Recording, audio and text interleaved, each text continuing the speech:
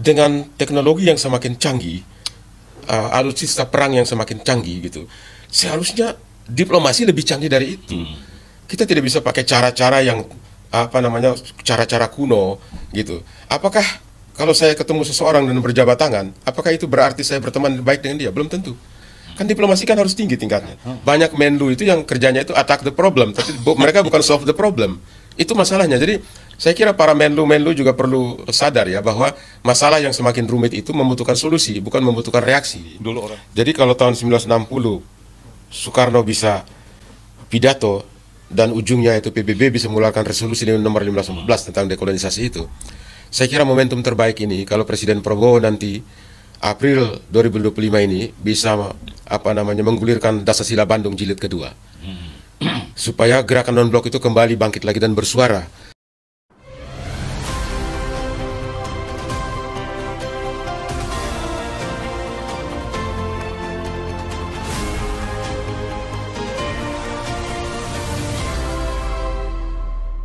Sobat Leader, jumpa kembali dalam diskusi Leader Channel TV, sebuah program podcast yang kita selalu munculkan dengan gagasan-gagasan pemikiran dasarnya jurnalistik.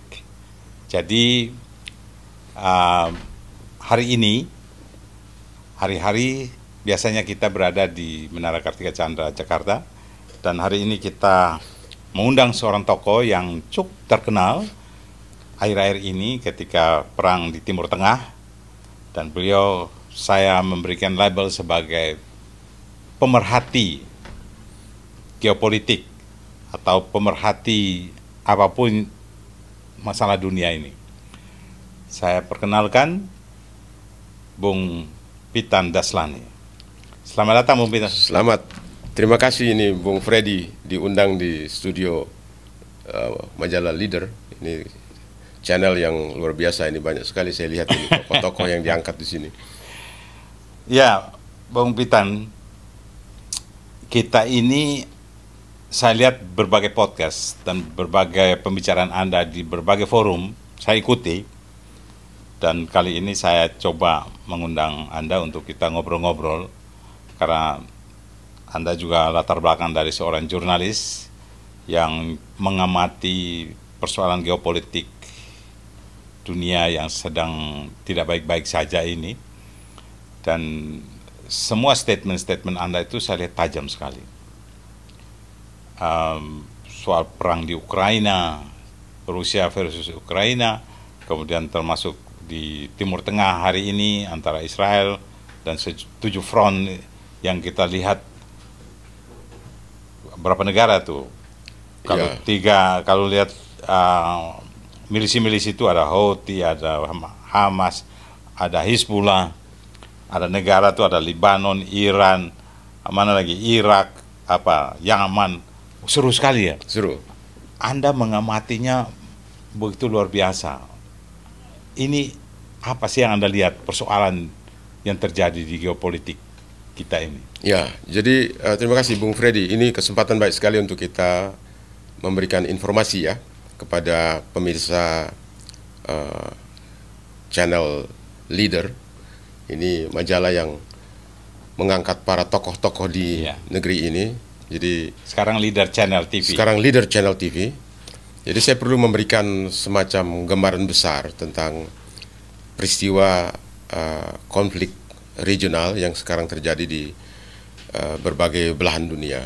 Jadi memang kalau kita lihat itu sejak Uni Soviet bubar pada 26 Desember 1991, itu kan negara-negara terpecah menjadi 15 negara kan. Begitu banyak negara-negara yang sudah merdeka sendiri, termasuk Ukraina itu dulu kan di situ, Armenia dan seterusnya itu, Georgia dan seterusnya. Nah, konflik yang pertama itu kan tentu yang kita lihat adalah ketika Rusia menyerbu ke Ukraina itu tentu membuat kejutan yang besar sekali, teristimewa terhadap negara-negara NATO. Sehingga sejak konflik itu politik luar negeri Amerika saya lihat penekanannya mulai bergeser. Karena di situ kita lihat bahwa yang dicurigai itu adalah ada ketakutan kalau Rusia itu akan menghidupkan kembali pengaruhnya itu untuk menjangkau negara-negara di Eropa Timur. Ternyata pemikiran yang terbalik dari itu terjadi di Uni Eropa, karena di Eropa sendiri negara-negara NATO itu melakukan ekspansi ke timur yang sangat sistematis dan sangat besar, sudah melibatkan begitu banyak negara. Jadi NATO itu dulu didirikan hanya 8 negara, sekarang sudah menjadi 32 negara. 32 negara sekaligus. Dan Rusia tentu merasa bahwa dirinya dikepung oleh 32 negara sekaligus, jadi tentu dia melakukan berbagai tindakan untuk mengamankan teritorinya.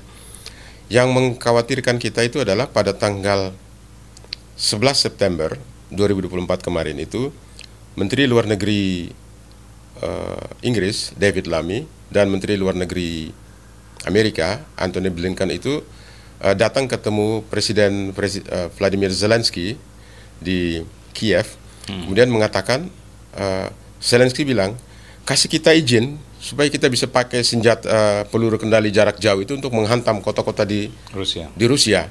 Nah, itu sesuatu hal yang sangat menggemparkan karena dua menteri luar negeri tidak berani kasih keputusan. Mereka katakan, wah ini kita harus minta izin kepada presiden dan perdana menteri karena ini satu hal yang besar sekali. Nah, pesan ini dibaca di Rusia bahwa ada rencana untuk NATO mendukung Ukraina menggunakan senjata nuklir, peluru kendali jarak jauh untuk menghantam kota-kota di Rusia. Itu sebabnya Presiden Vladimir Putin itu pada 25 September itu mengadakan rapat Dewan Keamanan Nasionalnya dan mengubah doktrin nuklirnya. Jadi doktrin nuklir itu sebelumnya tahun 2022 sudah diupdate, 2020 diupdate, tapi kemarin pada 25 September 2024 itu dia mengupdate, memperbarui atau merevisi doktrin nuklir itu yang mengatakan 3 hal. Yang pertama, kalau ada negara-negara yang menyuplai senjata kepada Ukraina, maka Rusia akan menganggap negara itu terlibat secara langsung berperang melawan Rusia. Sama kayak Israel dong. Ya, seperti itu. Yang kedua dia katakan, meskipun satu negara non-nuklir, kalau menggunakan senjata untuk membahayakan stabilitas atau keamanan atau kedaulatan daripada Rusia, maka Rusia berhak untuk membalasnya dengan senjata nuklir. Yang ketiga dia katakan bahwa kalau Rusia merasa bahwa eksistensinya terancam, maka dia berhak menggunakan senjata nuklir. Artinya, kapanpun dia merasa terancam, Presiden Vladimir Putin ini bisa memberikan instruksi melalui tas ceget yang selalu dia bawa itu. Dia tinggal pencet tombol dan para jenderalnya akan melancarkan serangan nuklir. Karena itu keputusannya hanya di tangan satu orang untuk senjata nuklir. Kan seperti di Amerika juga ada tas. Ya. Itunya selalu dibawa kemana-mana. Selalu dibawa kemana. Nah, ini yang kayaknya sekarang ikut-ikutan show force. Sure. Nah, ini yang ditakuti. Ini yang ditakuti oleh NATO sekarang karena Amerika kan jauh sekali di sana. Tapi yang paling dekat dengan Rusia kan negara-negara Eropa. Jadi ketika mereka supply senjata, lalu kalau Rusia mau mengadakan melancarkan senjata nuklir, tentu Eropa itu adalah sasaran yang paling dekat dan paling pertama dihabisin. Satu sisi Ukraina Rusia, selain sekarang yang paling in kan Israel dengan 7 front. Betul. Ini. Nah, Israel sekarang berperang di 7 front, yaitu dia lawan Hamas di Gaza, dia lawan Jihad Islami, dia lawan Houthi di Yemen, dia lawan Hezbollah di Lebanon, kemudian kelompok radikal di Suriah dan kelompok kelompok radikal di Irak. Jadi lalu tambah Iran. Jadi ada 7 front sekaligus dihadapi sekarang. Jadi memang Israel ini saat ini dia berada dalam kondisi yang tidak aman. Warganya juga merasa tidak aman karena sebentar-sebentar ada sirene bunyi, dia harus menyelamatkan diri dan sebagainya. Nah, lalu orang bertanya, ini perang Israel lawan Iran ini akan sampai kemana? Apakah akan menjadi perang nuklir atau tidak? Nah, kalau kita mau melihat apakah ini bisa berkembang menjadi perang nuklir, maka kita harus pakai data dari International Atomic Energy Agency, Badan Tenaga Atom Internasional. Nah, menurut data Badan Tenaga Atom Internasional itu, saat ini hanya ada 9 negara yang punya senjata nuklir, Ya. yaitu Rusia, Amerika Serikat, kemudian Cina, India. India Prancis, Inggris, Pakistan, India, Israel, dan Ya. Korea Utara. Yang paling banyak itu sekarang yang punya senjata nuklir itu Rusia. Rusia itu punya 5.889 hulu ledak nuklir. Di peringkat kedua Amerika punya 5.244. Cina punya 410, tapi 2030 Cina punya nanti 1.400 lebih senjata nuklir. Nah, dan itu dekat sekali dengan Indonesia ini. 1.400-an. Indonesia punya nuklir nggak? Kita nggak punya. Kita nggak Badan punya. Atom Nasional. Kita nggak punya nuklir karena kita di Serpong itu energi. Kerjasama Rosatom terlibat dalam pengembangannya juga. Tetapi itu kita hanya dalam rangka melakukan pengembangan nuklir untuk maksud-maksud damai, jadi energi dan sebagainya. Nah, ikuti konsep dunia lah. Iya, ikuti konsep dunia. Dunia untuk damai. Jadi kalau orang tanya, apakah Iran dengan dengan Israel ini akan perang nuklir? Nah, saat ini ada dua perkembangan yang menarik. Yang pertama, kita lihat bahwa Israel sudah punya senjata nuklir yang siap tembak. Itu ada 90 hulu ledak nuklir. Jangankan 90, satu saja sudah berbahaya sekali. Iya. Gitu. Nah, per Agustus 2024 itu, menurut data yang kita peroleh, Iran itu baru sampai 60% pengayaan uranium. Ya. Untuk dia bisa menjadi weapons grade, itu harus 80% ke atas, baru dia bisa weapons grade.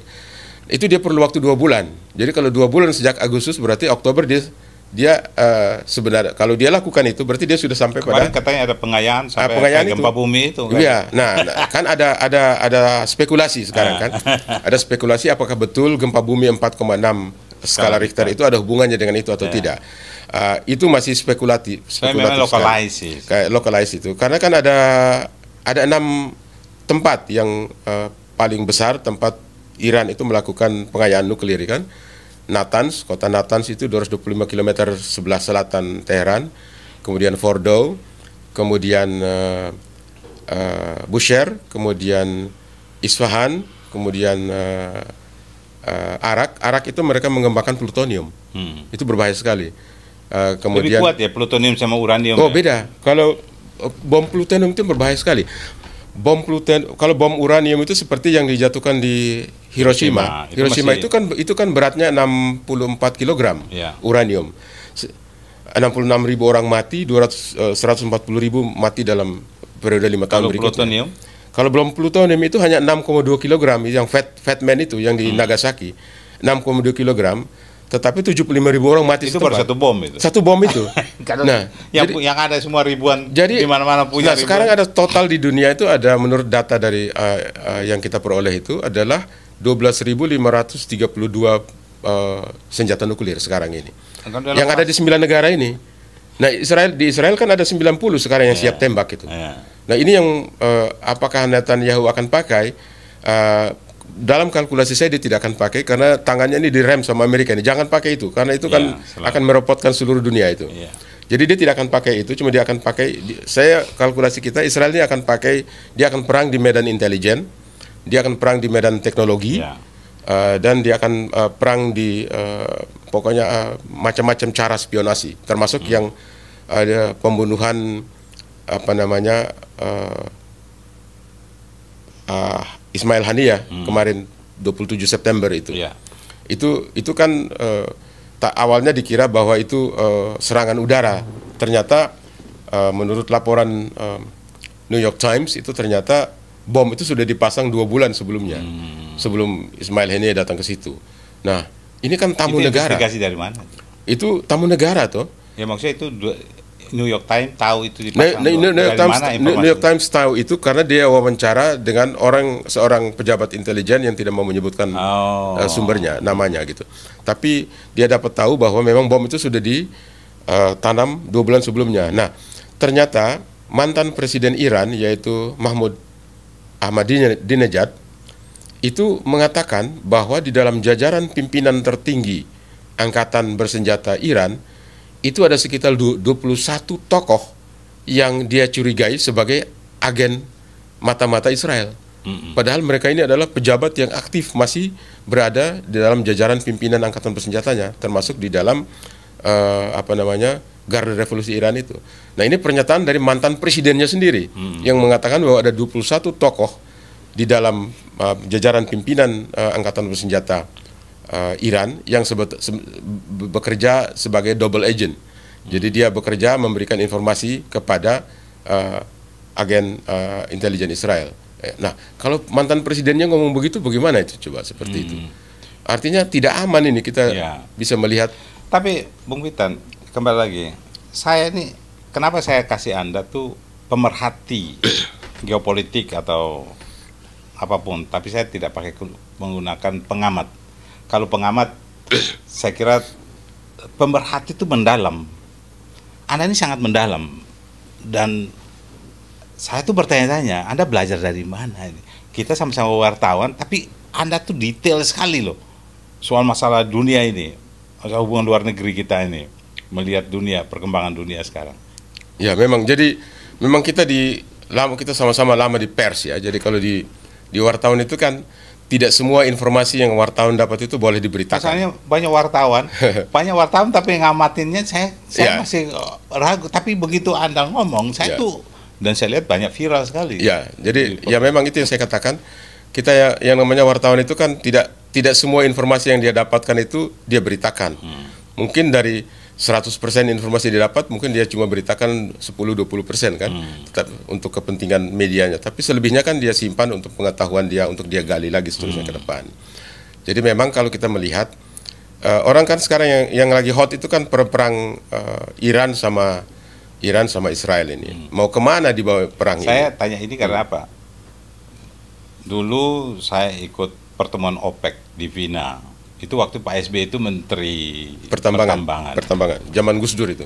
Itu saya ikuti bagaimana wartawan-wartawan senior dari New York Times, dari Washington Today, mereka jadi pengamat minyak. Ya, betul. Dan tajam. Ya kan Anda ini tajam sekali dalam menganalisis masalah perkembangan politik dan minyak ini. Nah, saya tanya Pak SBY, hebat-hebat nih wartawan ini. Pengamat kita tuh hanya dari pemerintah semua. Yang diutus dari pemerintah. Wartawan hampir nggak ada yang saya lihat berbicara di forum-forum internasional gitu. Pak SBY bilang ini pengamat minyak kelapa semua. Itu Menteri Pertahanan, Menteri Perminyakan dia. Kita kebetulan bertemu satu ruangan, ngobrol-ngobrol dengan wartawan antara. Nah, saya ngomong Anda ini, Bung Pitan, Anda mengamati itu tajam. Bagi saya, ini menarik. Indonesia memiliki Anda yang luar biasa. Perang 7 front ini, saya lihat Anda amati misalnya Haniyeh itu dibunuh ini tadi kalau 3 isu strategi dari Israel itu, salah satunya intelijen, kedua teknologi dan sebagainya.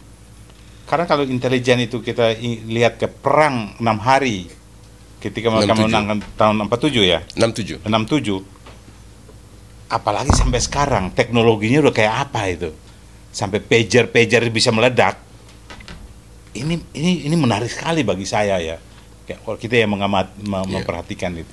Jadi begini, kalau pager itu saja bisa diledakkan, apalagi handphone, jauh lebih gampang meledakkan handphone ya. Seluruh orang di Timur Tengah bisa mati semua itu handphone. Itu sebabnya sekarang ini kan alat-alat komunikasi di di Iran itu sudah di ban, termasuk pager dan walkie-talkie di ban. Handphone mereka masih tunggu. Jadi kalau besok ada Israel ledakan handphone, ya pasti handphone orang buang semua juga. Lalu pakai apa itu meledakin? Nah itulah. Jadi kembali ke zaman batu jadinya kita. Kan bom semua harus diledakin pakai handphone kan. Betul. Dia harus pencet ke knob. Itu kan ada hubungan dengan jaringan ya. Betul. Jadi sebenarnya sangat gampang itu ya, karena kalau itu kan kerjanya itu kan pakai satelit semuanya itu. Jaringan kan lewat satelit. Jadi kalau satelit mereka kuasai, mereka bisa membuat segala macam. Bisa pakai sinar, bisa pakai gelombang. Ini yang namanya smart war. Jadi smart war sekarang memang perang itu tidak pakai otot, tapi pakai otak dan kecanggihan teknologi. Bahkan kita di zaman sebelum Orde Baru, intelijen kita sangat kuat loh. Waktu itu apalagi pengaruh Mossad, CIA untuk mempengaruhi kita. kedaulatan kita kan, zaman Soekarno ya.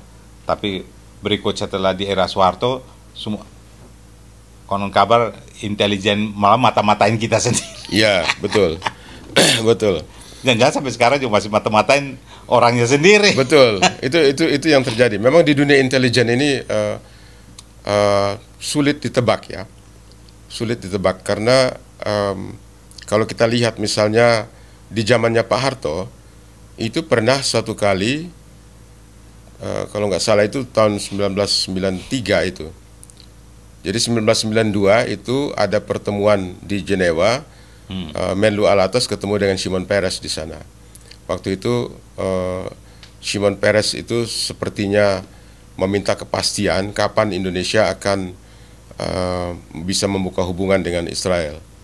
Alatas katakan Indonesia akan melakukan itu setelah semua negara Arab lain lakukan.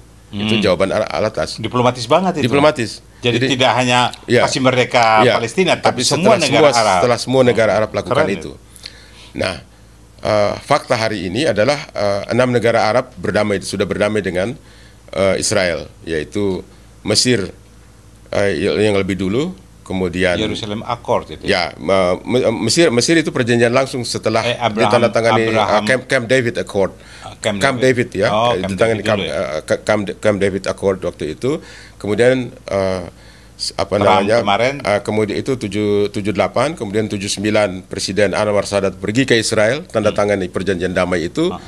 Akibat dari itu dia ditembak mati oleh pasukannya sendiri kan waktu itu, Anwar Sadat itu.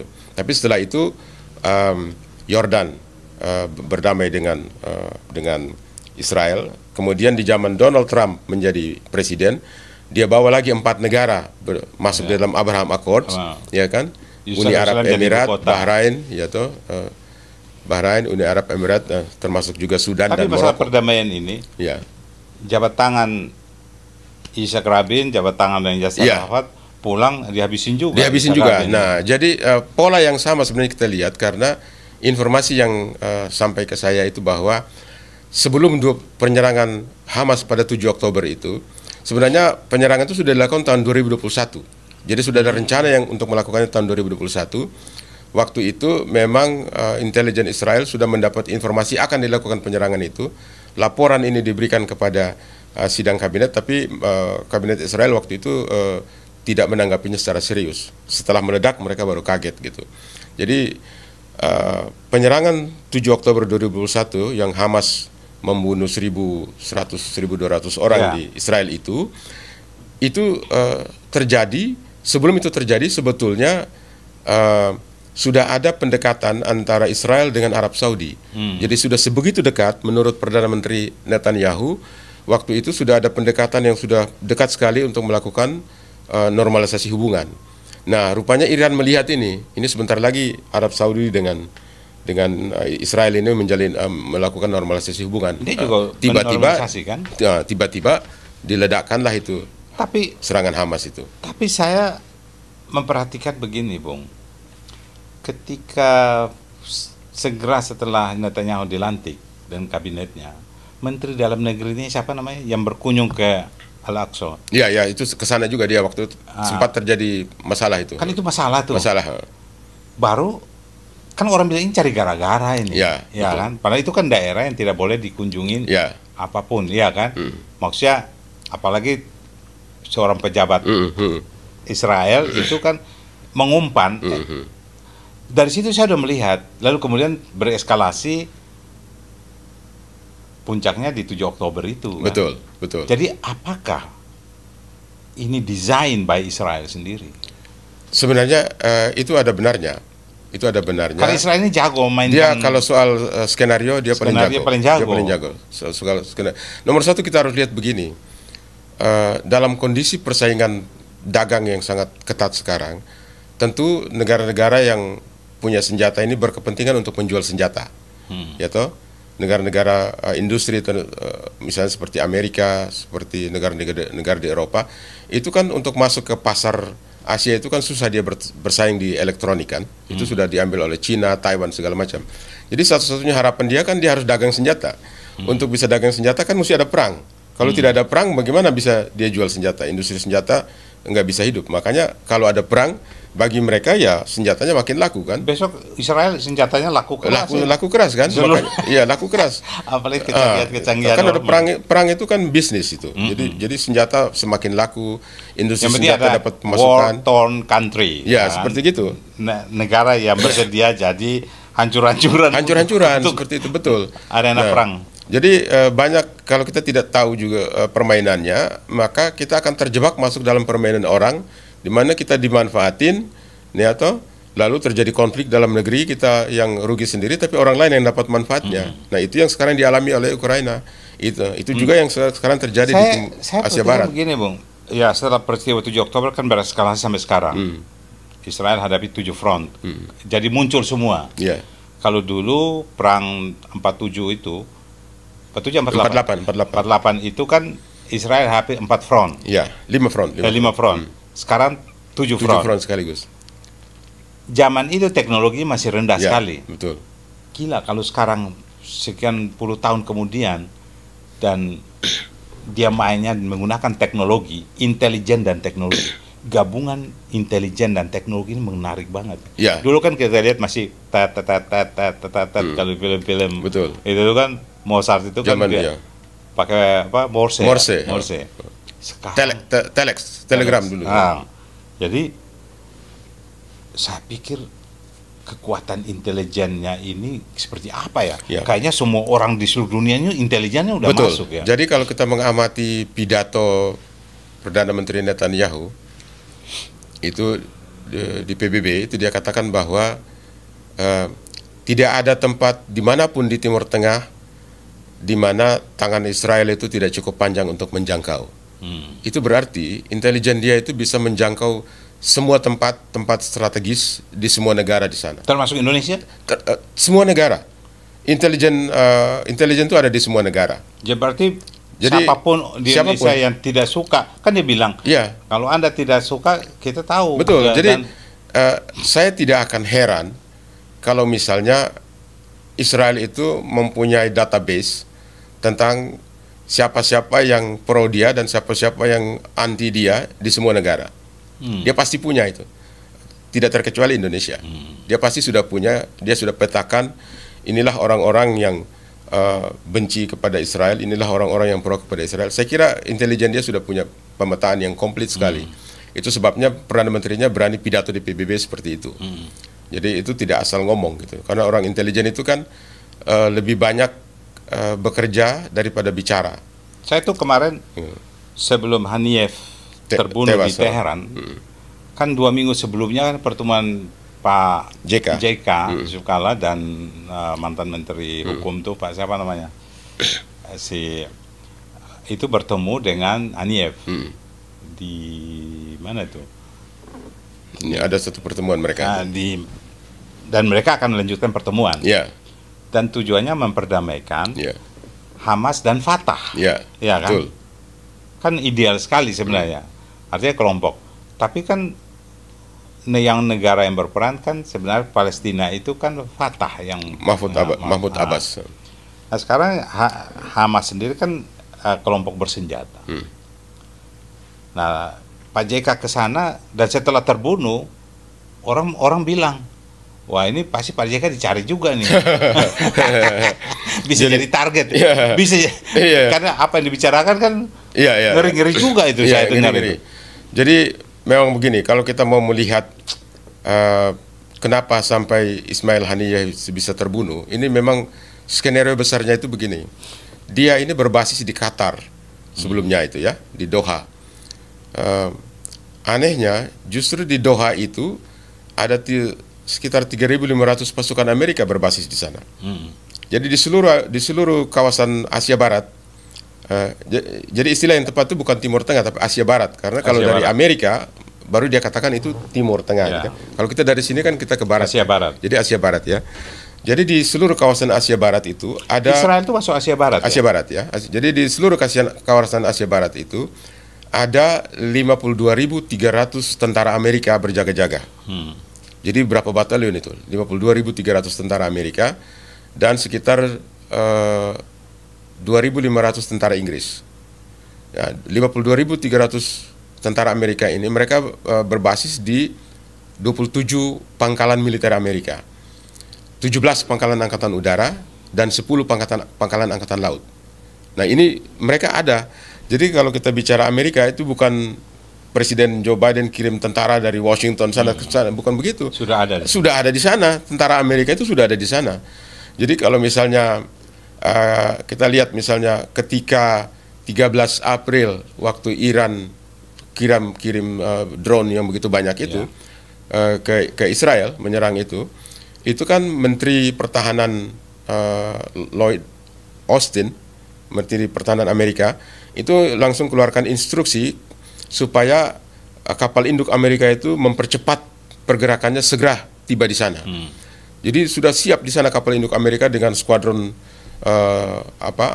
pesawat jet F-35 itu yang paling canggih itu sudah siap untuk kalau Iran menyerang maka Amerika akan langsung ambil alih. Dan itu kalau terjadi berarti 52.300 pasukan yang ada di Asia Barat sekarang, mereka yang akan berhadapan dengan Iran. Jadi bukan pasukan yang datang dari benua Amerika, tapi yang sudah ada di kawasan di sana, itu yang akan berhadapan dengan Iran, termasuk di Laut Mediterania dan di Teluk Persia kan. Jadi pasukan yang bersiaga itu untuk melindungi Israel itu sudah ada di kawasan itu, bukan harus tunggu datangnya lagi gitu. Nah, keberadaan mereka ini menambah kepercayaan diri daripada Perdana Menteri Netanyahu, karena dia pikir temannya banyak ini, sudah siap siaga dengan senjata, kapal induk sudah komplit segala. Itu sebabnya dia nekat teruskan operasi dia. Nah lucunya yang paling menggemparkan itu kan kemarin itu kan sudah 5 anggota pasukan UNIFIL PBB itu yang di Lebanon itu yang cedera akibat termasuk Indonesia 2 termasuk 2 dari Indonesia, 2 dari Bangladesh, 1 lagi kemarin itu. Jadi sudah cedera, kemudian Sekjen PBB keluarkan warning kepada Perdana Menteri Israel supaya segera tarik mundur dan menghormati pasukan tapi mereka PBB. UNIFIL di sana yang 10 ribuan tentara itu, mereka tuh awasin perbatasan saja agar Israel nggak masuk, tapi mereka sendiri tidak ngapa-ngapain soal melucuti senjata dari kelompok. Inilah itu begini. Gimana dia jaga negara apa latar jaga belakang, apa? Ini pertanyaan menarik sekali. Latar belakangnya begini. Sebenarnya kita harus lihat dulu kenapa Hezbollah itu ada. Nah, Hezbollah ini didirikan pada tahun 1982. Proksi Iran. Ya, jadi tahun 1982 itu dia dirikan ini ketika terjadi perang saudara. Jadi perang saudara di Lebanon itu terjadi dari tahun 1974 sampai 1989. Itu perang saudara yang bernuansa sara itu antara kelompok utara dan selatan. Ketika perang saudara itu masih berlangsung, Israel menginvasi Lebanon Selatan. Nah inilah alasannya kenapa Hezbollah itu Iran memberikan bantuan persenjataan habis-habisan untuk Hezbollah berdiri dan melawan Israel saat itu. Itu tahun 82. Nah, tahun 82 waktu didirikan tuh dia hanya sebagai pergerakan pasukan yang bergerilya kayak dulu zaman kita merdeka dulu itu. Bergerilya begitu. Tapi pada tahun 89 mereka mengangkat sekretaris jenderal waktu itu. Mereka punya sekretaris jenderal yang pertama, tapi sekjen yang pertama ini kemudian bentrok dengan organisasinya sendiri karena bantuan militer yang masuk dari Iran itu mungkin dia menilai bahwa ini penggunaannya tidak sesuai, banyak yang diambil oleh kelompok-kelompok tertentu. Jadi dia kritik penggunaan bantuan itu. Akhirnya dia didepak keluar dari organisasinya sendiri. Dia adalah tokoh yang mendirikannya, tapi dia didepak keluar dari organisasinya sendiri. Nah kemudian tahun 91 dia diganti oleh Abbas Al-Musawi. Abbas Al-Musawi ini yang menjadi sekjen kedua daripada Hezbollah. Tapi dia hanya berkuasa 2 tahun. Tahun 91 tahun 91 dia berkuasa sampai 92, 16 Februari 92 dia itu mati, terbunuh. Jadi ada waktu itu dalam rangka perang saudara itu ada seorang ulama besar di Lebanon Selatan yang wafat. Jadi dia datang melayat ke situ bawa istrinya dengan 4 orang bodyguard senjata lengkap, pulang melayat. Tiba-tiba muncul helikopter Apache di atas kepalanya dan menghabisi mereka semua. Helikopter Israel habisi mereka. Itu peristiwa 16 Februari 92. Lalu Hezbollah membalasnya apa? 1 bulan kemudian, 17 Maret 92 itu, kedutaan Israel di Buenos Aires, Argentina, itu diledakkan, kan dibom di sana itu 29 orang tewas, 200 lebih luka-luka. Nah, sejak itu sudah permusuhan sudah ketat sekali sehingga pada mereka kemudian menandatangani perjanjian damai dengan intervensi dari PBB. Mereka menandatangani perjanjian damai di Haifa waktu itu. Nah, dan keputusannya adalah sudah berdamai, gencatan senjata, jangan lagi perang. Masalahnya 2006 meledak lagi perang itu. Meledak lagi perang di perbatasan itu karena mereka dua-duanya tidak menaati perjanjian. Tapi UNIFIL itu kan sudah lama. Nah, jadi 2006 waktu meledak itu, maka Dewan Keamanan PBB mengintervensi, ya toh, masuk ke UNIFIL masuk lagi replacement di situ. Lalu PBB mengeluarkan resolusi 1701. Nah, resolusi Dewan Keamanan PBB 1701 itu berisi 3 hal pokok. Yang pertama adalah Israel harus mundur ke perbatasannya. Yang kedua adalah Hezbollah harus dilucuti seluruh persenjataan. Ada itu di dalam 1701. Ini yang tidak pernah diangkat. Jadi kalau kita baca resolusi 1701 PBB 1701 itu mengatakan Dewan Keamanan. Ya, resolusi Dewan Keamanan 1701 itu mengatakan bahwa Hezbollah harus dilucuti senjatanya dan tidak boleh ada yang namanya itu armed groups. Jadi tidak boleh ada kelompok sipil bersenjata. Jadi waktu Timur ya seperti kan, dulu kan kita Timur. PBB kan suruh lucuti semua. Betul, di tim kan kita suruh lucuti siapa itu si Guterres kan. Jadi ya, berdasarkan resolusi 1701 itu Israel mundur. Tapi masalahnya perlucutan senjata terhadap Hezbollah itu tidak terjadi. Dia tetap pegang senjata. Ya, gitu. Jadi ini yang menarik bagi saya. Baru terluka 5 orang aja kita kan rame nih, ya kan? Kalau kita melakukan pendekatan resolusi Dewan Keamanan PBB itu, kan Indonesia juga pernah dampak juga. Begitu kita masuk Timur, milisi semua diminta supaya disarm senjatanya. Di Hamas di Palestina kan sebuah negara merdeka nih, tapi ada Hamas yang bukan tentaranya Palestina kan? Kan tentara Palestina apa? Tapi kok bersenjata juga.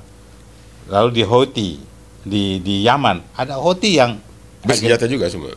Kenapa semua ini boleh ada? Nah itulah. Jadi memang masalah di PBB itu adalah siapa yang punya final say. Tentu 5 negara pemegang hak veto kan. Jadi sebagus apapun satu rencana perdamaian, kalau satu dari 5 negara tidak setuju ya tidak jalan juga gitu. Makanya kalau mau betul-betul mengikuti 1701 itu, maka Israel harus mundur ke wilayahnya, ya. Dan Hamas tidak boleh bersenjata, harus dilucuti senjatanya. Bukan Hamas, Hezbollah menurut resolusi 1701 Hezbollah harus dilucuti senjatanya dan keamanan diserahkan kepada militer Lebanon. Negara kepada militer Lebanon yang melakukan pengamanan, lalu diawasi oleh UNIFIL sebagai kehadiran PBB di situ. Itu isi resolusi 1701. Itu kan, sampai sekarang tidak terjadi itu. Itu kan formalnya yang diharapkan Israel itu kan demikian. Dan itu tidak terjadi. Saya khawatir ini kalau tidak terjadi, ini jadi alasan Israel juga. Nah, itu sebabnya ketika 5 orang anggota UNIFIL terluka, kemudian Sekjen PBB meminta supaya Israel mundur. Kemarin hari Minggu kemarin itu Perdana Menteri Netanyahu justru terbalik. Dia katakan, dia kirim pesan di dalam bahasa Ibrani, diterjemahkan dalam bahasa Inggris, dia kirim pesan kepada Sekjen PBB, segera tarik pulang pasukan kamu itu. Karena mereka di situ ternyata UNIFIL itu menurut Netanyahu, UNIFIL ini dipakai sebagai tameng untuk melindungi untuk melindungi pasukan Hezbollah. Pengertian daripada Perdana Menteri Netanyahu seperti itu. Kan mereka UNIFIL kan nggak boleh nembak. Ya. Lalu pasang badan doang biar dibom. Nah, itulah masalahnya di situ. Mati di situ. Masalah kan ini. Nah, jadi memang ini masalah sangat rumit ya. Karena menurut Sekjen PBB, kehadiran UNIFIL itu untuk mendamaikan suasana. Tapi menurut militer dan Perdana Menteri Israel, UNIFIL ini justru action mereka adalah melindungi Mungkin saran Bung pasukan di sana gitu. Soalnya banyak sekali agent proksi-proksi milisi yang oleh dipakai negara-negara Iran dan sebagainya itu untuk terdepan, Ya, di front betul. line berhadapan dengan. Ya. Nah, Israel kan negara, dia berhadapan dengan menjaga rakyatnya. Ya. Nah, kalau ini terjadi, harusnya kan PBB bukan hanya di Lebanon, tapi seluruh dunia yang negara itu harus menjamin, bukan milisi yang bersenjata. Iya, Kalau betul. Indonesia juga bisa bikin milisi loh. Iya, bisa angkatan kesekian. Iya. Atau jadi proksinya untuk berhadapan di front line. Menghadapi Malaysia, menghadapi negara yang kemungkinan rawan, bisa jadi dong, Bu. Iya, betul. Jadi memang kalau kita lihat, pertama kita lihat di Hezbollah, di Lebanon. Ini masalah ini rumitnya karena sikap PBB dengan sikap pemerintah Israel itu bertolak belakang. PBB ingin UNIFIL tetap di situ, tapi Israel ingin mengusir UNIFIL ini keluar, jangan ada di situ. Karena menurut Perdana Menteri Netanyahu, ternyata kehadiran UNIFIL ini melindungi Hezbollah. Pengertian dia begitu. Itu sebabnya dia bilang keluar kamu karena saya akan menyerang Sekarang mereka. ini kan gitu. Nah, itu kan repot kalau sudah begitu kan. PBB ini kan sudah kurang berwibawa, Bung. Nah, inilah dia. Kurang berwibawa karena apa? Dia suruh tangkap Putin, perang Rusia Ukraina. Kan itu dianggap invasi. Putin minta ditangkap, Putin lenggang kangkung aja. Iya. Sekarang minta tangkap juga, jadi semacam apa perang itu loh. Ya. Apa namanya yang harus ditangkap yang oleh resolusi kemarin di PBB juga. Nah, gitu. kalau yang tentang perintah untuk tangkap Putin itu awalnya itu kan usulan itu dimajukan oleh Afrika Selatan. Dia majukan itu ke International Criminal Court. Nah, ICC, International Criminal Court itu dia bukan organ hukum dari PBB. Organ hukum PBB adalah ICJ, International Court of Justice gitu. Tapi karena ini dia majukan ke International Criminal Court, ICC. Nah, ICC itu tidak punya polisi. Dia hanya mengharapkan kemauan baik dari negara pihak. Gitu. Sementara Rusia dan Ukraina itu bukan penandatangan perjanjian ICC.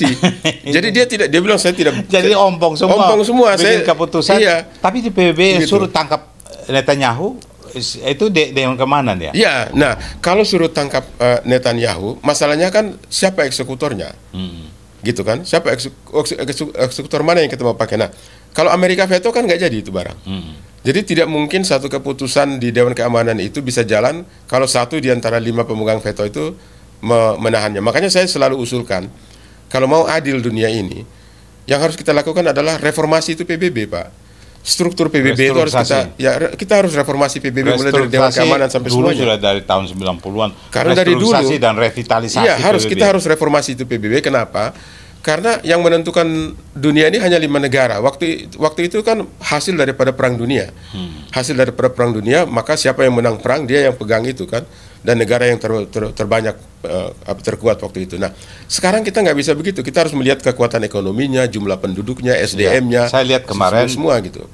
Waktu pidato Netanyahu di di PBB Oktober itu semua negara hampir yang protes yang ban itu kan keluar semua. Iya, betul. Hampir kosong itu. Hampir kosong. Negara-negara yang mendukung saja. Tapi habis pidato itu langsung hancur itu semua. Betul, langsung dia serang kan ke kiri kanan. Betul. Itu. Jadi sebenarnya kalau dari segi diplomasi, yang saya lihat dilakukan oleh banyak menteri luar negeri, baik secara bilateral maupun di forum-forum internasional termasuk di PBB, mereka ini, para Menlu ini attack the problem, tapi mereka bukan solve the problem. Itu yang harus kita lihat ya. Jadi ada masalah ini bukan dicari solusinya, tapi masalah ini diserang habis-habisan masalahnya. Jadi semakin parah itu satu masalah itu. Kalau kita attack the problem, you don't solve the problem gitu. Seharusnya kan para Menlu itu datang dengan konsep solusi. Saya maunya begini, coba kita runding, bagaimana jalan keluarnya. Bukan kelompok banyak orang. Nah, ini mereka ini para Menlu ini berkumpul di sana lalu rame-rame menyerang menyerang masalahnya gitu loh, bukan membawa solusi, tapi masalahnya itu dibikin tambah parah. Jadi seolah-olah kalau kita Gitu. sudah attack, kita sudah berhasil. Nah, itu. dikira sudah berhasil, kan tidak berhasil. Satu Karena contoh efek misalnya, diplomasi. apakah walk out itu adalah solusi? Ya, itu menurut saya diplomasi yang sangat rendah tingkatnya. Dari dulu itu. Itu Jadi diplomasi sebenarnya yang sangat- redefine lagi Iya, ini diplomasi itu kita. harus redefine itu diplomasi, karena walk out itu adalah cara diplomasi yang sangat rendah kualitasnya. Kalau kita tidak walk out, Ya. apakah itu kita dianggap? Padahal kita tidak walk out itu kita dengar dan kita memberikan satu. Kalau kita tidak walk out kan kita bisa tahu apa yang dia ngomong. Iya. Jadi kita bisa mengerti bagaimana supaya kita bisa menanggapi secara tepat.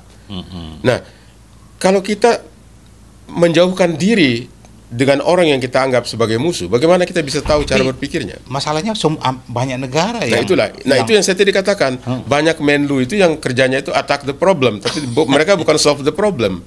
Itu masalahnya. Jadi saya kira para Menlu juga perlu sadar ya bahwa masalah yang semakin rumit itu membutuhkan solusi, bukan membutuhkan reaksi. Dulu orang tua kita bilang begini, you jangan sampai ekormu dipegang. Maksudnya tuh, you mau kemana, mau buat apa, jangan sampai orang Tahu. orang mendikte kau. Iya, begitu. Betul. Pegang ekor. Iya. Kita masih kecil dulu, ekor. Memang kita punya ekor. Padahal Tapi maksudnya tinggi sekali tinggi maksudnya. sekali maknanya. Artinya diplomasi itu kita berhubungan dengan dia itu bukan itu loh, dia beli kita. Betul, gitu kan? betul. Karena kita begitu sudah dideklar, sudah bersumpah menjadi Betul. diplomat, Ya, ada ruang Ya. yang kita berselancar ya. Nah sebagai ini diplomat. saya ingin beritahu begini ya. Jadi kalau dulu di zaman dulu itu orang perang dengan cara konvensional, cara lama sekali kan, pasukan berkuda dengan pedang, tombak segala. Di zaman modern kan orang sudah pakai teknologi yang modern sekali kan. Bahkan sekarang orang perang bisa tidak harus tentara yang pergi, tapi drone yang pergi. Bisa pakai sinar laser, bisa pakai segala macam atom nuklir dan segala macam. Nah, ketika hardware perang itu sudah semakin canggih, kenapa software diplomasinya itu semakin mundur?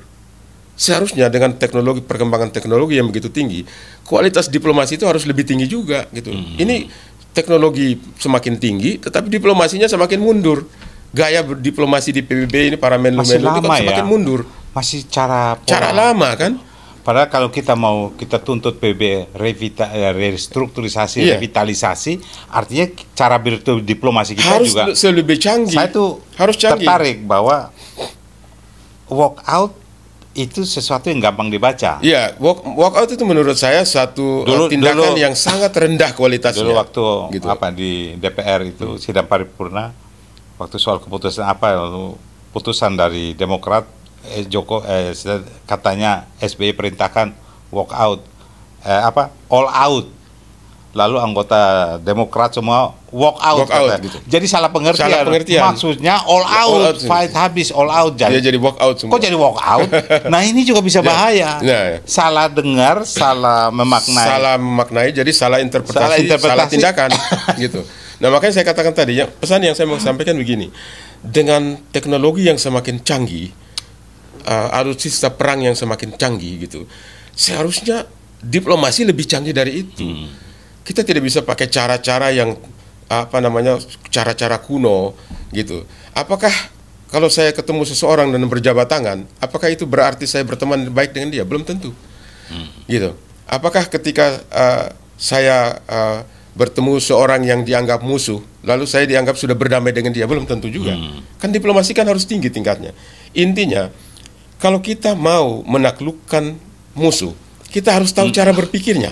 Tahun 94 saya ke Norway, ke Oslo, dan saya ketemu dengan ada menteri kehutanan, dan di Austria juga. Waktu itu bikin kunjungan 3 negara, dari Jerman, Austria, sama Norway. Saya pulang malah saya diinterogasi. Berita-berita tuh harus dikirim ke pemerintah. Itu isinya apa? Saya bilang, saya jawab saya singkat aja. Sebenarnya kita ini agent loh. Saya nggak mungkin datang ke situ jual negara saya, ya kan? Saya akan menggali informasi dari sana. Sebenarnya kita ini bagian dari agentnya negara, ya kan?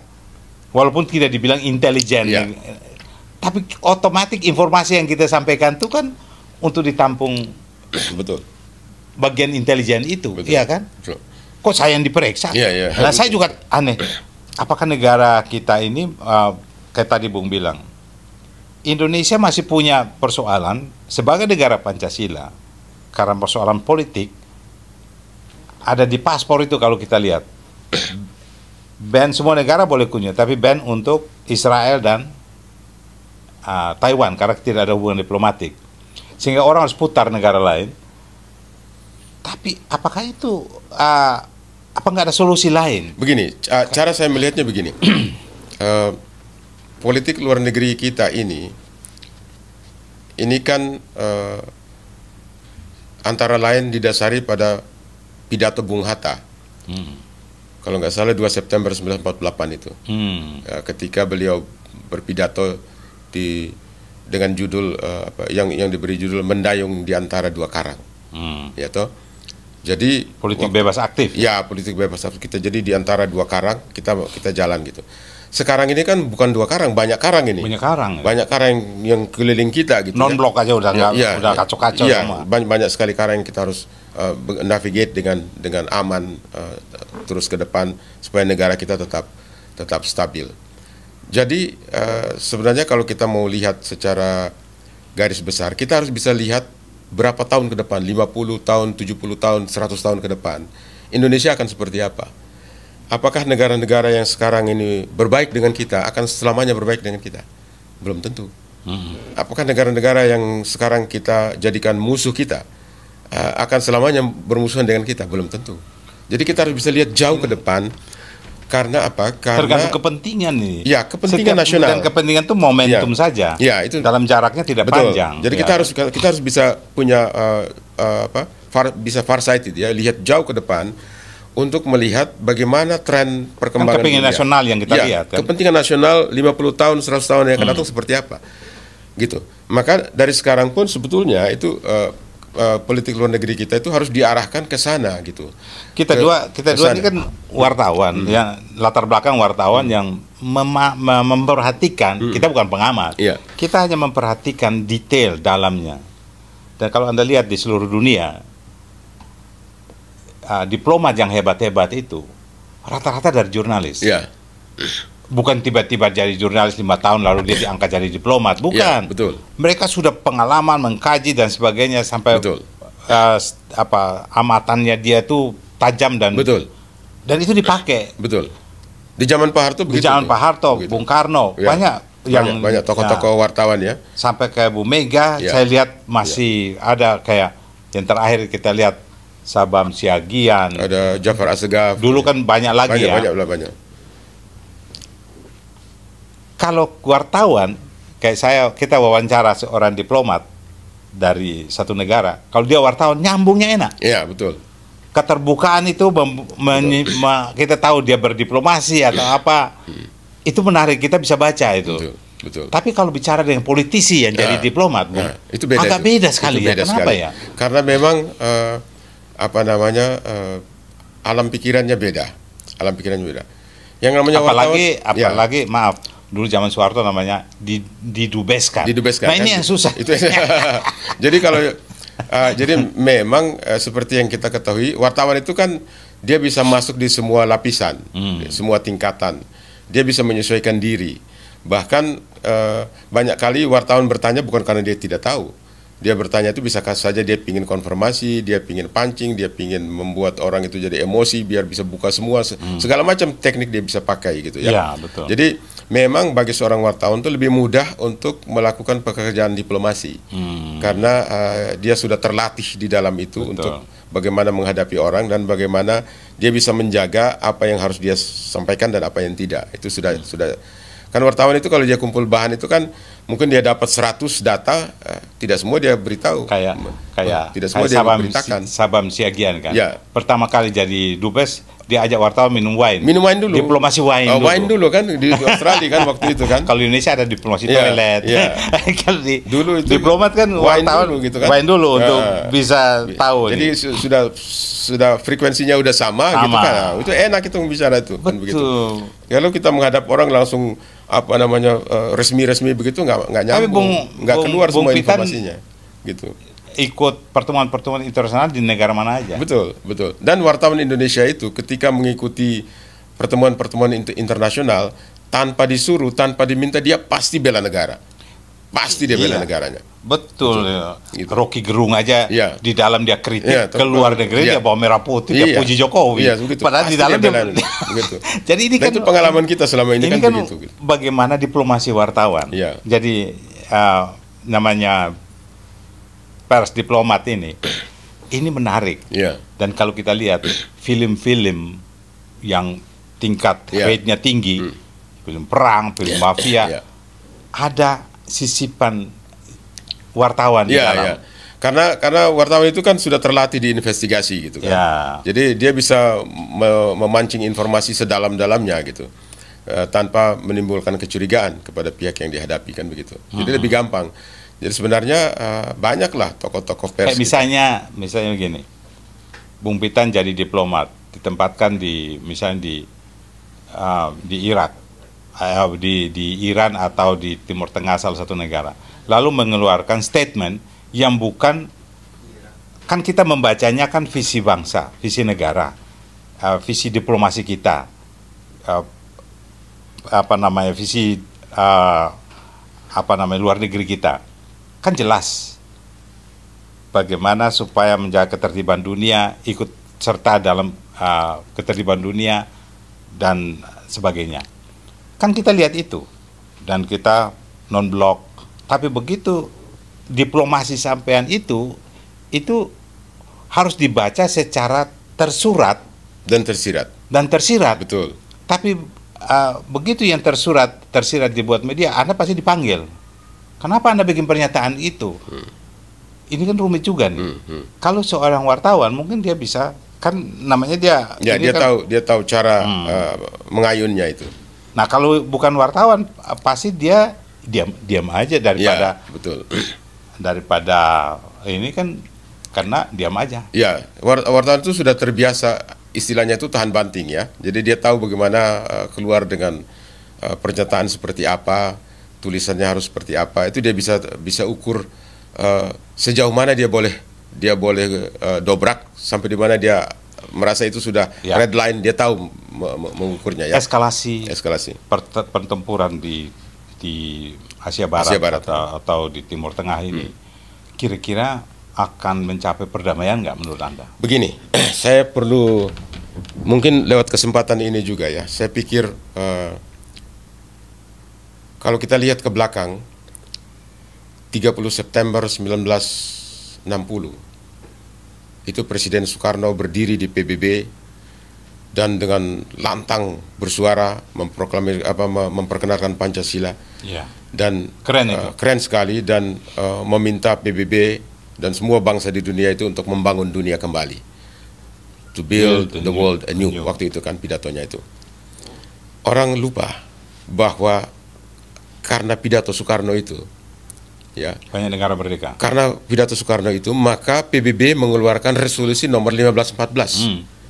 Resolusi nomor 1514, resolusi Sidang Umum PBB nomor 1514 itu yang tentang dekolonisasi, karena resolusi itu secara jelas sekali mengutip pembukaan Undang-Undang Dasar 45 yang mengatakan bahwa penjajahan di atas dunia harus dihapuskan karena tidak sesuai dengan peri kemanusiaan dan peri keadilan dan seterusnya dan menginspirasi banyak belahan dunia untuk merdeka sendiri. Itu pidato Soekarno tahun 60, dan itu juga yang kemudian menginspirasi ditopang. Sebelumnya itu kan sudah terjadi KTT Asia Afrika di Bandung waktu itu kan, April 55 itu.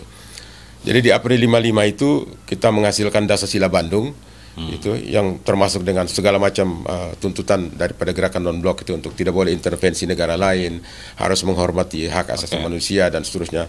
Tapi kira-kira ke depan ini kan orang masih tunggu kapan Israel serang balik Iran, ya kan?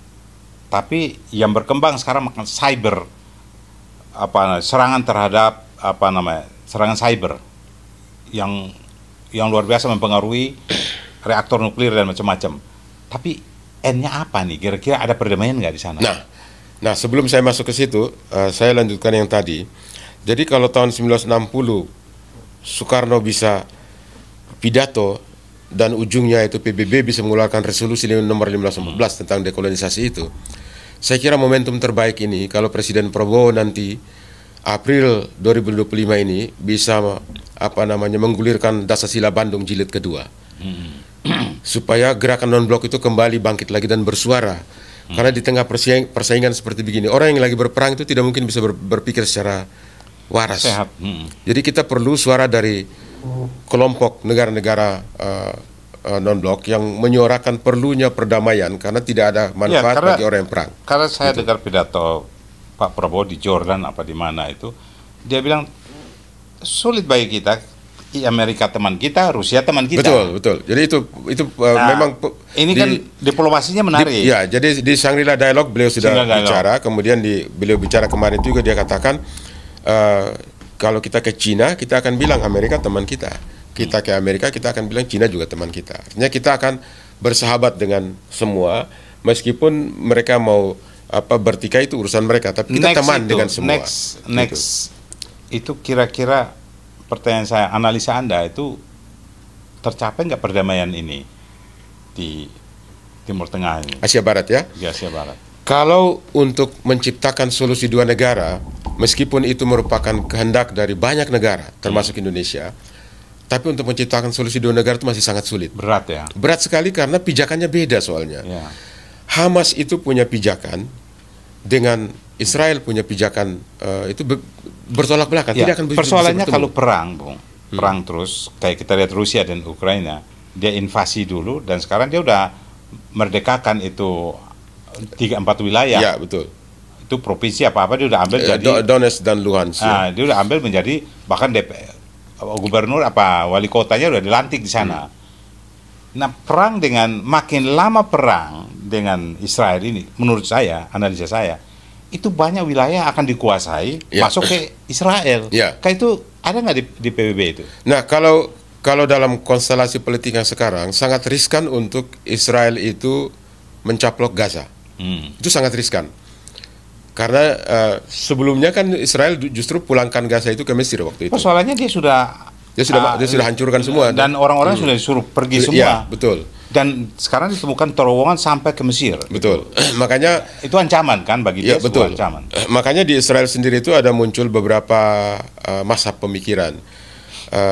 Kalau Netanyahu itu ingin supaya perang terus sampai Hamas lenyap dari Gaza, tidak akan ada lagi Hamas di Palestina. Itu tujuannya Netanyahu. Dan itu tidak gampang. Berapa orang yang diculik itu kan belum kembali. Belum kembali. Ada seratusan apa? Ya, sebagian belum kembali. Nah, dan karena sebagian hostage tawanan itu belum kembali, dia mendapat tekanan dari dalam negeri sendiri. Makanya tokoh seperti Benny Gantz, seperti Yair, selama orang itu belum kembali belum bisa damai. Belum bisa damai. Nah, gitu. Susah ini. Cara Netanyahu berpikir itu kan dia harus sampai dapat semua semua tawanan itu pulang baru bisa damai. Tapi dalam kalkulasi PM Netanyahu itu adalah kalau Gaza ini nanti setelah perang, dia tidak ingin ada Hamas di Gaza. Dia ingin Hamas itu harus bebas dari Gaza. Jadi tidak boleh ada Hamas di Gaza. Supaya sama dengan di tepi barat di mana Fatah yang berkuasa. Dan tapi itu tidak gampang. Tidak gampang itu. Negara yang menang perang di mana dia duduki, kalau dia menang dia ambil. Ya. Timur kan kita dulu menang kan kita ambil itu. Seperti begitu. Portugal kita meskipun kemudian kita pulangin lagi. Itu yang salah kita. Salah kita gitu kan. Lalu orang yang berjuang mati-matian seperti Guterres kemudian kita penjarakan kan. Gini. Jadi memang ini masalah sangat sulit ya. Jadi sebenarnya saat ini Israel sendiri tidak punya konsep yang jelas mau diapakan itu Gaza. Kalau perang selesai mau diapakan itu, Israel tidak punya konsep yang jelas tentang itu.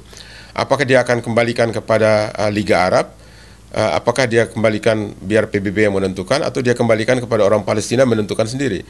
Kalau orang Palestina menentukan sendiri, jelas Hamas akan kembali karena Hamas bagian daripada rakyat Palestina. Soalnya gitu. Palestina sih mengklaim Israel semua itu tanahnya dia. Ya, kan itu sulit sekali. Sulit ini. Jadi itu yang saya katakan tadi.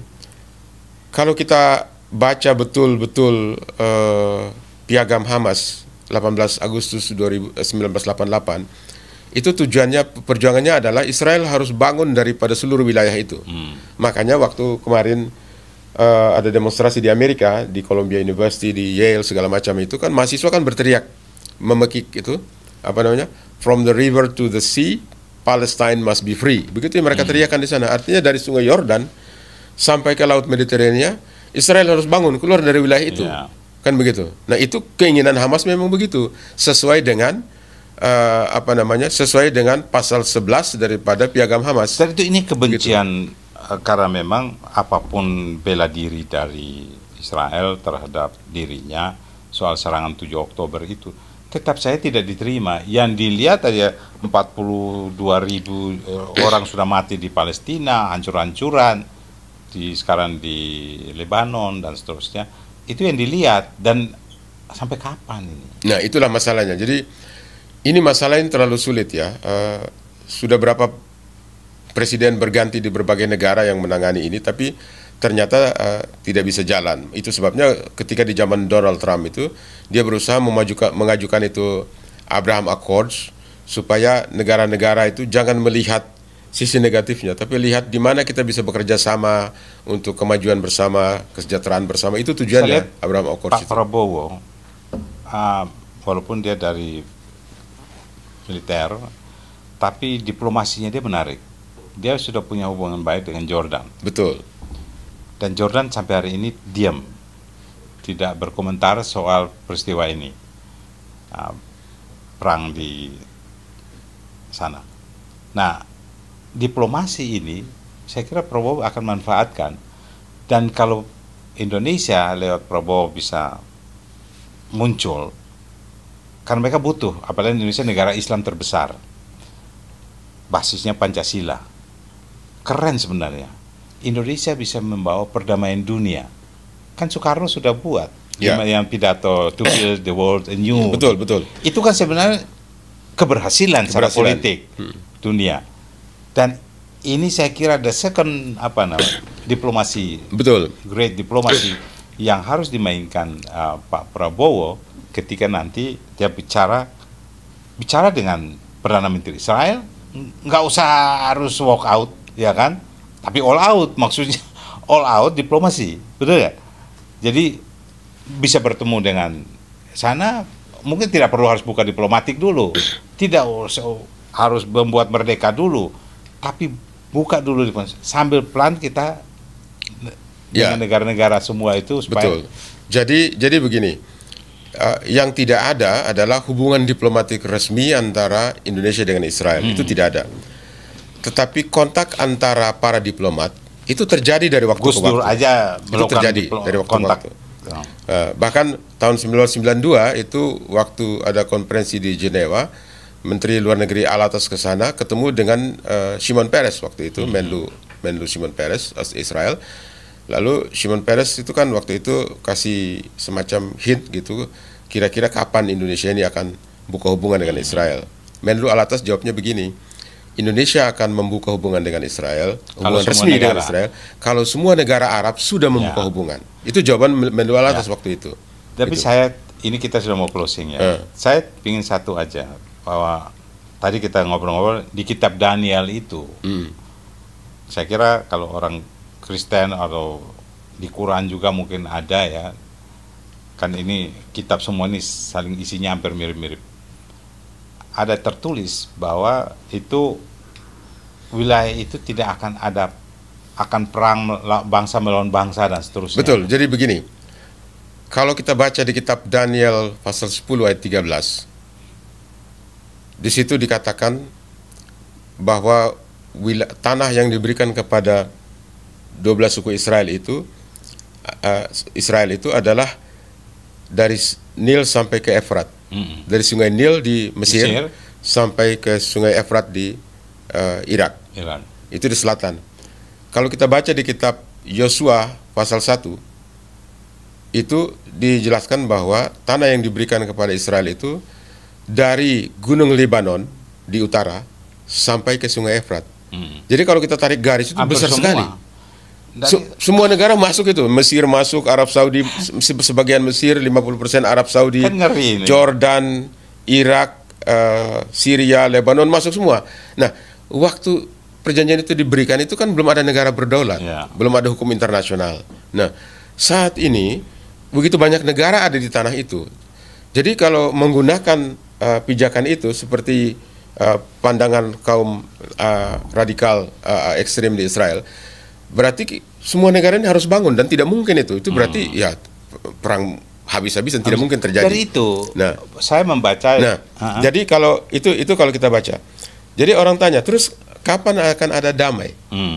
Nah, kalau kita lihat di Daniel pasal 9, kitab Daniel pasal 9 ayat 26 dan 27 bisa dicek. Itu sudah dikatakan bahwa sampai akhir zaman akan terjadi permusuhan dan peperangan Sampai seperti kiamat. ini. Jadi sampai selesai, Sampai kiamat. sampai kiamat. Nah, Karena itu sudah ditulis di dalam kitab betul. itu. Nah, Kalau saya membaca kitab itu, bahwa ini kan firman lewat manusia yang nulis, para rasul. Dan ditulis itu bahwa you akan perang bangsa sampai kiamat, ya kan? Nah, kita sudah dikasih ilmu pengetahuan, di otak yang bagus, sehat. kenapa harus? Kenapa harus Nah, kiamat? kan gitu. Ya, kita harus mencegah itu. Betul. Saya kira Begitu, itulah. Tuhan tidak mungkin dorong lu, Iya. lalu kita udah Tuhan sudah bilang gitu, kita perang aja terus sampai Ya, kiamat. betul. Nggak benar. Itu ya? betul. Jadi makanya itu yang saya bilang, kita perlukan mengkontekstualisasikan dengan kondisi yang sekarang. Kondisi sekarang. Harus dikontekstualisasikan ke kondisi yang sekarang, melihat konstelasi hubungan internasional yang sekarang. Sekarang ini kan semua negara itu berusaha berdamai untuk kerjasama ekonomi dan segala macam. Sehingga yang harus kita lakukan, termasuk Indonesia, adalah jangan kita attack the problem. Jangan kita menyerang masalah, tapi coba datang dengan konsep-konsep solusi seperti apa kita mau kasih, kan begitu kan? Ya, kita berharap. Ya, kita berharap supaya pemerintah yang berikut ini jangan lagi hanya mengattack the problem, ya, kita mengutuk, mencaci maki tidak ada gunanya. Karena tidak membawa hasil kan. Diplomasi itu jadi belum tentu diplomasi kita iya. ini, ya, diplomasi kita ini harus ditingkatkan kualitasnya menurut saya. Jadi menurut saya adalah sebanyak mungkin kita mengambil manfaat dari kondisi yang sekarang ini, gitu.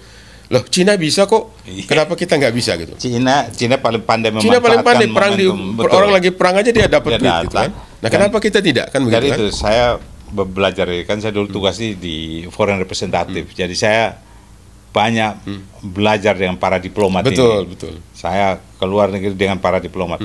Saya belajar banyak dari mereka.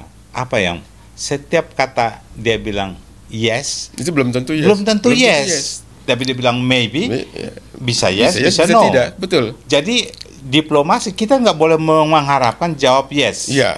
Kayak misalnya Timur Timur. Diplomasi itu nggak bisa hitam putih. Nggak bisa. Timur Timur saya kan ikuti perjalanan Timur Timur dan saya membuat laporan khusus terus tentang hubungan integrasi Timur Timur ke Indonesia.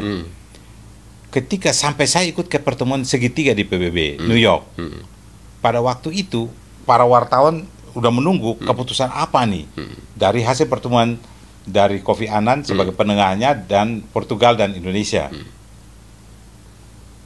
Kita lagi berdiri, itu tiba-tiba ada Butler itu Dubes Amerika untuk PBB. Saya kejar dia ke mobil. Saya tanya, apakah Anda masih konsisten integrasi Timur Timur terhadap Indonesia? Apa dia kata? Yes. Dia bilang yes. Tapi ada komanya, dia bilang wait a moment. Because your country, your government change his mind. Ya kan begitu kan? Jadi berubah pikiran. Pikiran kan begitu. Jadi kalau diplomasi konsisten itu kan, tapi ada yang kita tahan sedikit kan, katanya you have to win the war, tapi sometimes you lose some battles. Lose the battle tapi win the war. Win the war. Kan begitu. Nah, ternyata kita yang berubah pikiran. Timur Timur dengan mudah. Betul. Padahal kita sudah ambilnya setengah mati. Ini apa artinya semua itu kalau diplomasi kita ini? Justru itu. Makanya itu yang tadi saya katakan, bahwa dengan teknologi yang semakin canggih, diplomasi kita harus lebih canggih. Ya. Kita tidak bisa pakai cara diplomasi gaya lama yang black and white gitu menghadapi teknologi dan hubungan antar negara yang semakin kompleks. Ya. Kan sekarang ini kan negara itu bisa di satu sisi dia bersaing ketat, bertikai, tapi di sisi lain dia kerjasama.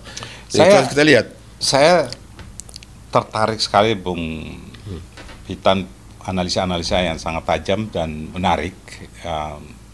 Saya bangga melihat teman jurnalis yang punya pemahaman geopolitik dunia yang luar biasa.